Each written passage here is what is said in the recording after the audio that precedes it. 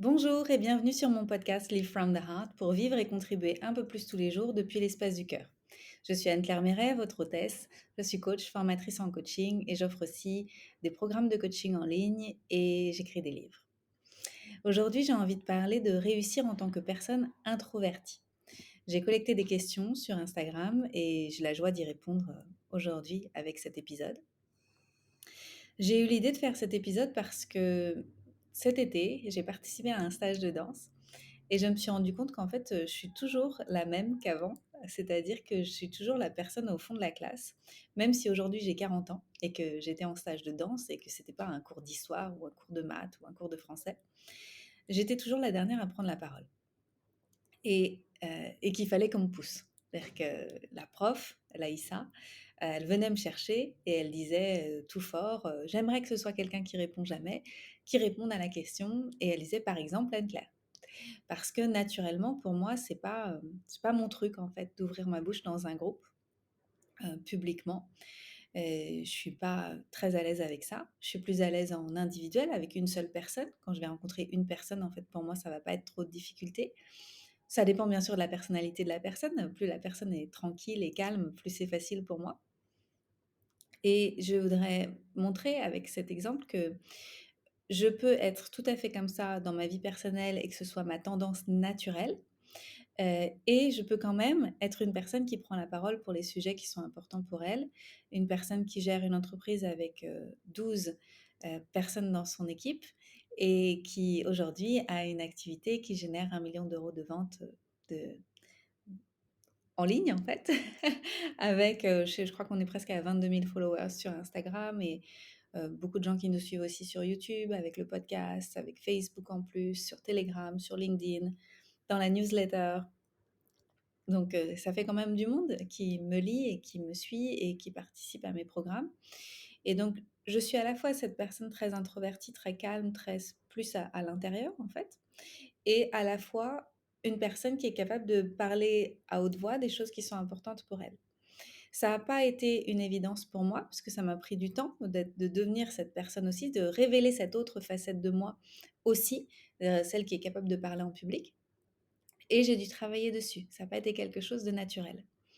Donc, avant 2016, j'étais pas publiquement sur les réseaux sociaux et sur internet du tout. Du tout, du tout, du tout. Et j'avais pas prévu d'y être. J'aimais bien être une femme de l'ombre. J'avais travaillé auparavant dans le marketing et la communication et je mettais les autres dans la lumière. Et donc pour moi, c'était pas une chose facile que d'entrer dans la lumière. Et puis j'ai écrit mon premier livre, La naturopathie pour les nuls.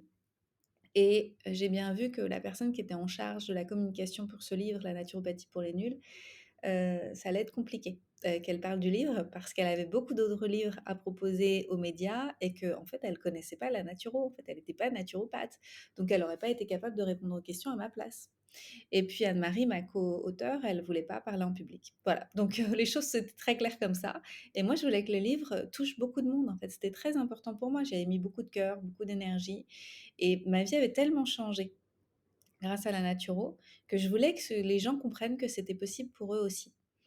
Donc voilà un peu la clé de pourquoi je suis sortie de ma zone de confort en 2016, c'est la réalisation que j'avais un message qui était plus grand que ma peur d'être vue. Et ce message, c'était: vous aussi, vous pouvez guérir de vos insomnies, votre anxiété, tous vos autres problèmes de santé, les choses qui viennent en fait faire des nœuds dans votre vie. Il y a des solutions naturelles holistiques qui existent. Saisissez-vous de ce qui existe et vous n'êtes pas seul. Et j'avais aussi envie de témoigner du fait que la naturopathie, pour moi, c'était la joie. C'était quelque chose de l'ordre de la reconnexion à soi, à sa nature profonde, une connexion aussi à la nature tout court, en fait, au rythme de la nature, etc. Et, et je trouvais qu'il y avait une image de la naturo qui était un petit peu grise, un peu triste, un petit peu, j'allais dire, maigrichonne et pas colorée. Et moi, j'arrivais là avec mon énergie plus de joie et de connexion. En fait, j'avais très envie de connecter avec les personnes qui cherchaient les mêmes choses que moi, j'avais découvertes. Voilà. Donc, un des grands secrets pour pouvoir réussir à parler en public, ou en tout cas connecter avec les gens avec lesquels on a envie de connecter, même si on est introverti, c'est de se connecter à pourquoi on a envie de parler dans le monde, c'est quoi le message qui nous importe, qui fait qu'on se pose la question de, ok, je suis plutôt introvert de nature, mais j'ai envie quand même de sortir de ce confort pour aller vers les autres. Et donc, c'est quoi ce message que vous avez envie de transmettre au monde qui est plus grand que votre désir de rester planqué à la maison avec couverture pilou-pilou et qu'on ne vous regarde pas en fait?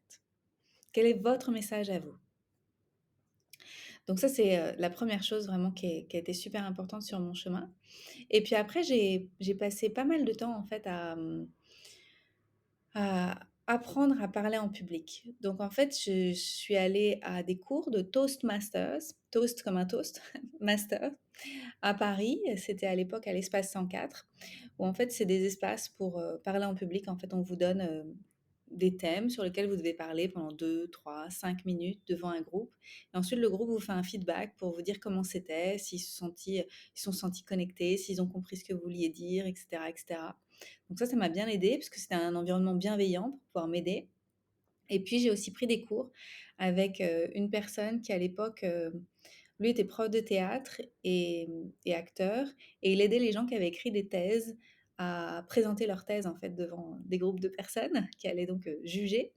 Et c'était parfait pour moi parce que j'avais pas écrit de thèse, mais j'avais écrit un livre et on m'invitait pour pouvoir parler du livre et j'étais tétanisée. Et donc c'était un petit peu le même cadre.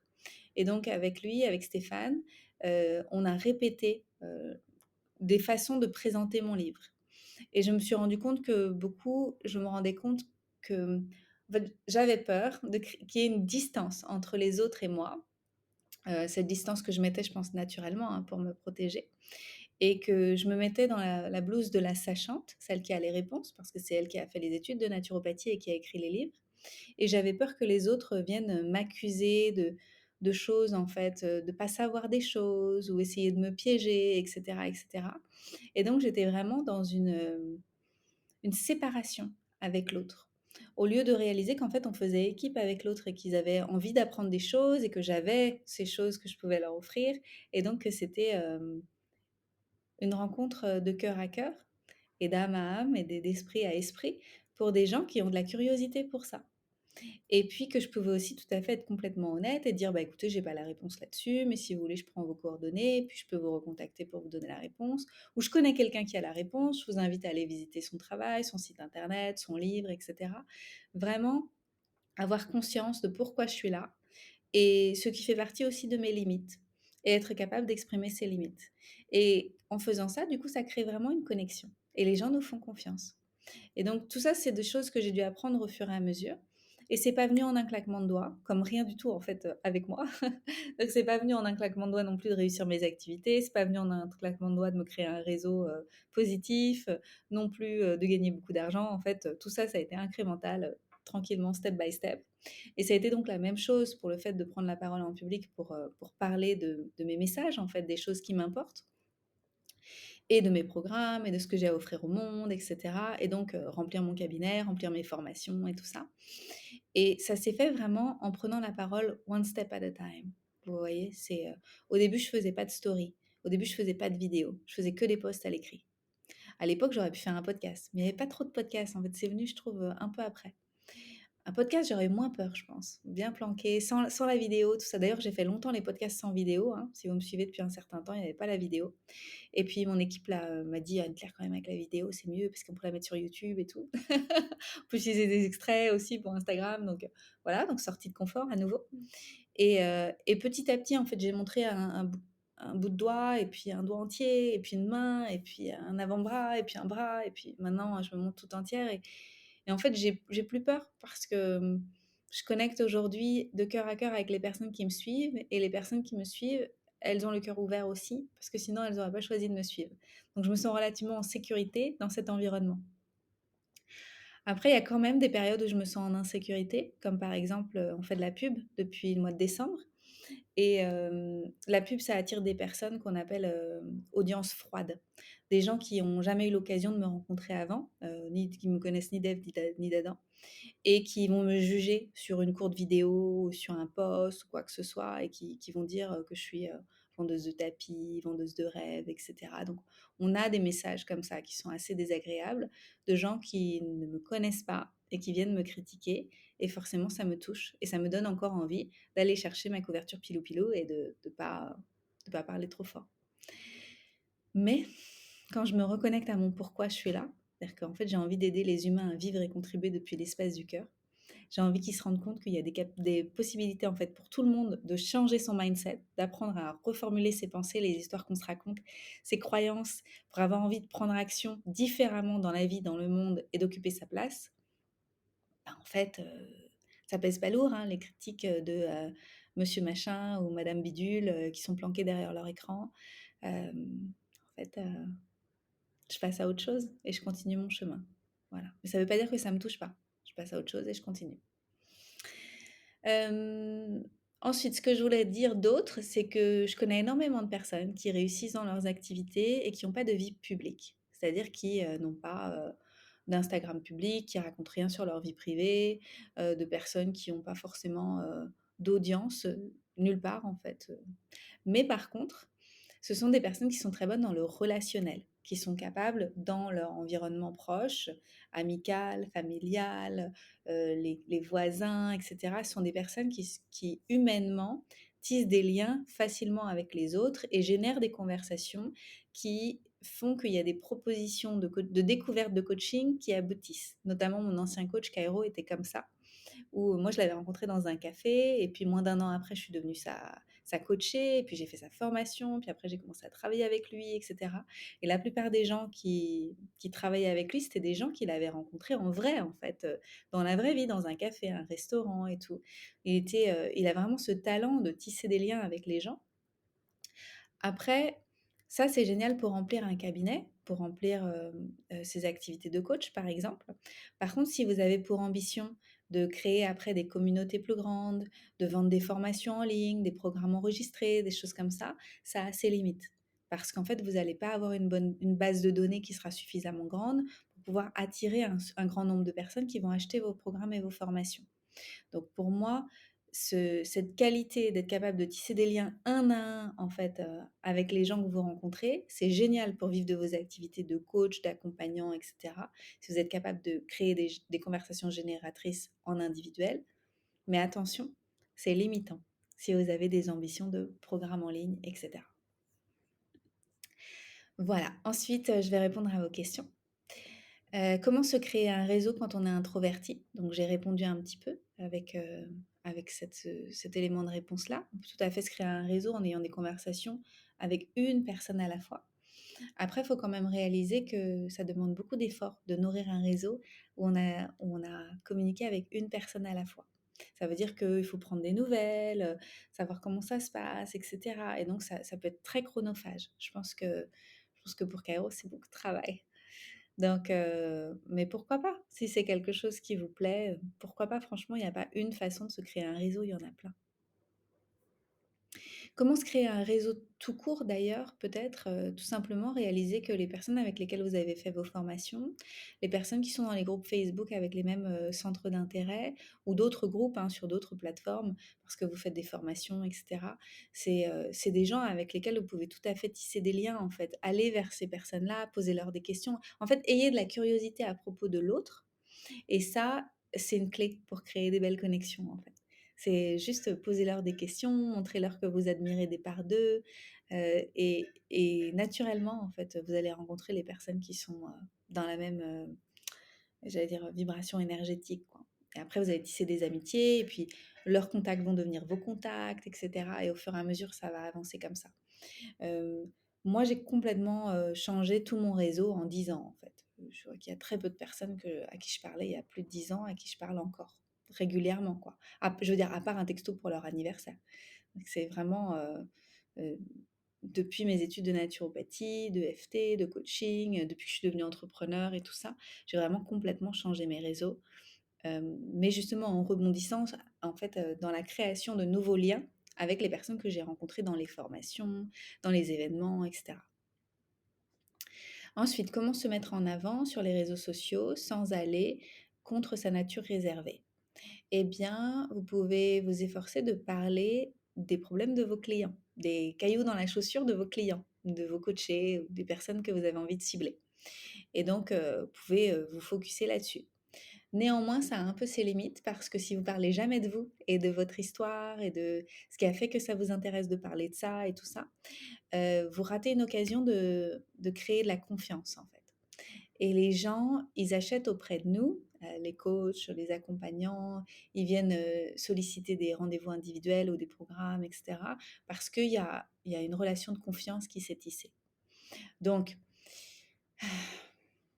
là, c'est à vous de voir, en fait, de vous poser entre vous et de réfléchir à jusqu'où vous avez envie de partager de vous.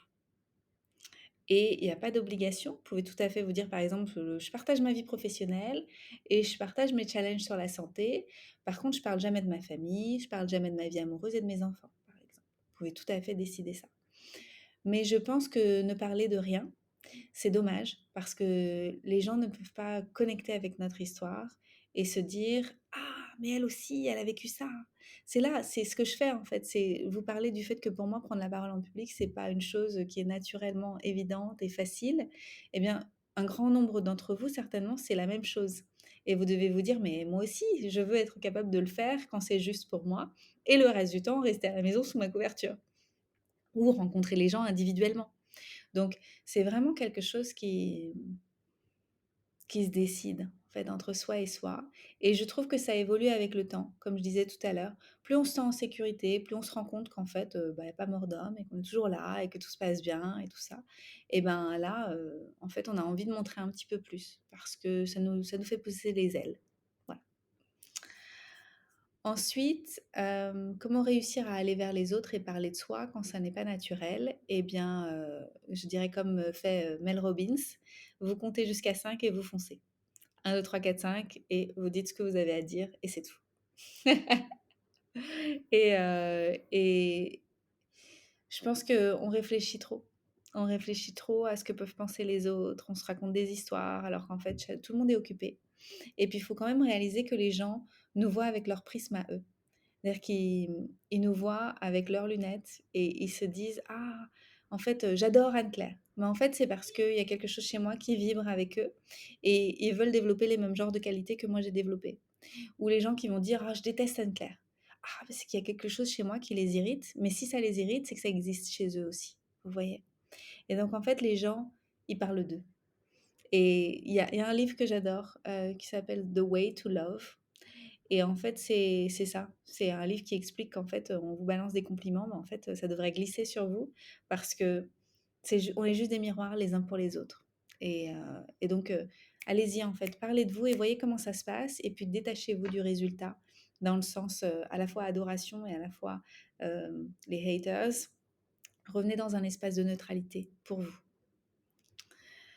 Ensuite, comment je fais pour recharger mon énergie quand je suis toute la journée avec des gens? Alors, je suis rarement toute la journée avec des gens maintenant parce que comme je travaille à la maison, parfois j'ai des calls, j'ai des appels, beaucoup d'appels dans une même journée, mais ce ne sera pas toute la semaine. Donc du coup, j'ai des jours de rechargement en fait où je suis pas en appel. Mais j'arrive quand même à un niveau de succès dans mes activités et d'organisation et d'expérience et aussi avec le fait que j'ai une équipe que je peux déléguer et tout ça, j'arrive à me dégager de plus en plus de temps pour que je sois vraiment dans un espace de créatrice et plus à faire de la réunionnite ou beaucoup de rendez-vous avec des gens et tout ça. Donc, je sens que ça va de mieux en mieux parce que je respecte de mieux en mieux mon énergie. Mais avant, il y en avait beaucoup. Il y en avait beaucoup plus que ça. Ça m'est arrivé d'être toute la journée avec des gens dans le stage de danse que j'ai fait, par exemple, en mois d'août. Et ce qui s'est passé, c'est que je rentrais à la maison le midi et les gens allaient déjeuner ensemble et tout ça. Et moi, je déjeunais pas avec eux. En fait, j'ai jamais déjeuné avec les gens. Il y avait 3 heures de pause. J'ai jamais déjeuné avec eux. Je suis rentrée à la maison. J'ai mangé le même sandwich tous les jours, acheté au même endroit. Et je faisais une sieste avec Christian. 15 minutes power nap. J'avais 1 heure, enfin j'avais 30 minutes pour rentrer, 30 minutes pour y retourner. Je mangeais mon sandwich, je faisais une petite sieste, je répondais à mon équipe et j'y retournais.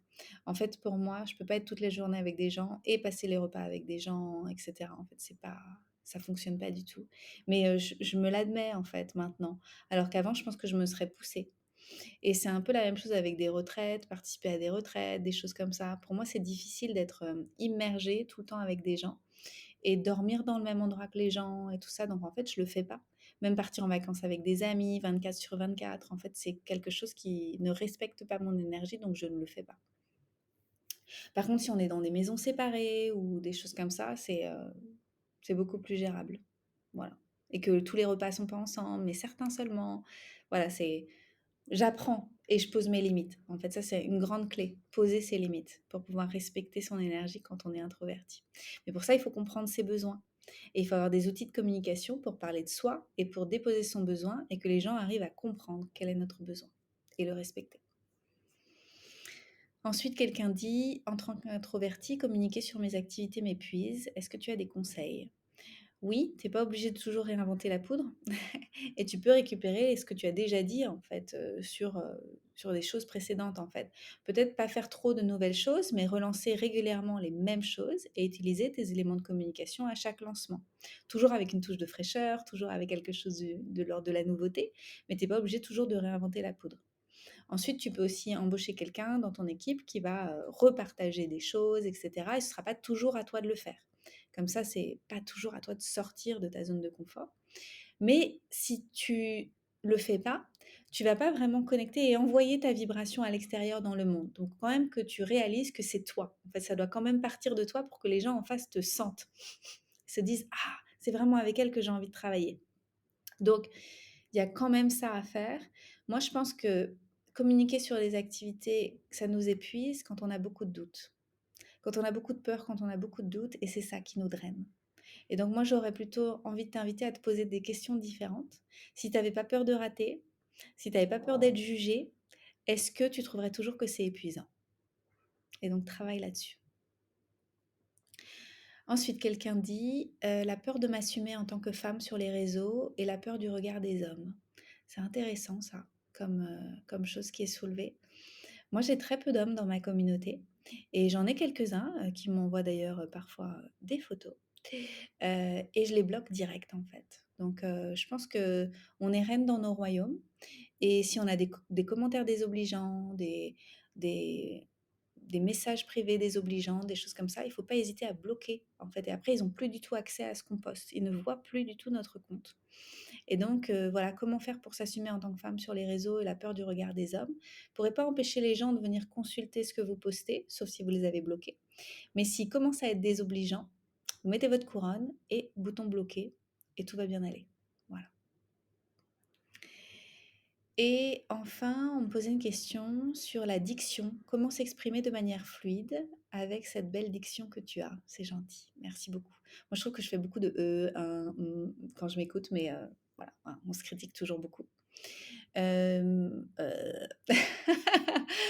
Pour moi, le fait d'écrire des choses à l'écrit, donc des posts, des articles de blog, j'en ai fait beaucoup, et écrire des livres, ça m'a aidé à poser mes mots, c'est-à-dire savoir vraiment ce que je voulais dire, vraiment clarifier ma pensée. Et une fois que j'arrive à bien clarifier ma pensée, bah, je sais ce que j'ai envie de dire, quels mots j'ai envie d'utiliser plutôt que d'autres. Et ça m'aide énormément du coup à parler en public. Donc c'est pour ça que je continue aussi à écrire des livres et tout, parce que je sais que ça me rend aussi meilleure à parler en public. Et ensuite, plus je parle en public, mieux je parle en public. Parce que j'ai moins peur, parce que ma voix est moins chevrotante, parce que je me sens plus directe, je sais mieux où je vais, etc. Je sais mieux aussi ce qui intéresse les gens, parce que du coup, il y a du feedback en face. Vous voyez, quand vous avez partagé un certain nombre de fois, après les gens, ils vous répondent et vous savez ce qui les intéresse, et après vous continuez à parler. En fait, ça fait un ping-pong. C'est pas juste je balance quelque chose, en fait. Il y a vraiment un échange d'énergie là-dedans. Il faut le comprendre, en fait. C'est hyper important. Je suis aussi nourrie par ça. Et ça me rend meilleure. Donc, un grand merci pour tous vos feedbacks parce qu'ils me rendent meilleure. Et puis après, je pense que c'est la respiration. Penser à respirer, se poser, faire des pauses, être tranquille et pas parler trop vite. Alors du coup, on nous comprend mieux. Voilà, j'espère que ça vous aura été utile. Je voudrais conclure en disant que, en fait, on peut tout à fait réussir en tant qu'introverti. C'est mon cas, vous voyez, un business d'1 million d'euros, alors que je suis toujours plutôt d'un naturel introverti. Et je pense que si les personnes comme moi, comme nous, vous qui écoutez peut-être ce podcast aussi, sortent de leur zone de confort pour ce qui est vraiment important, alors on peut changer le monde pour ce qui est vraiment important. Et donc je voudrais vous remercier de le faire aussi. Et vous remercier de me donner de la confiance pour le faire aussi en écoutant et en partageant mes podcasts et mes activités, parce que grâce à vous, ça m'a rendue plus courageuse et plus forte, parce que je reçois beaucoup de messages de personnes qui m'encouragent à continuer et qui me disent qu'elles se sentent touchées. Et rien que ça rend, euh, ça donne de la justesse ça me donne de la force et ça me fait me dire, mais j'ai bien fait en fait. J'ai bien fait de le faire, de parler. Voilà, je vous envoie beaucoup d'amour. Si vous avez aimé cet épisode, je vous invite à le partager autour de vous, avec vos amis, votre famille et tout ça. Vos communautés si vous en avez. Et puis à noter le podcast sur Apple et Spotify parce que ça nous aide à être de plus en plus visibles. Et je vous dis à bientôt. Bye bye.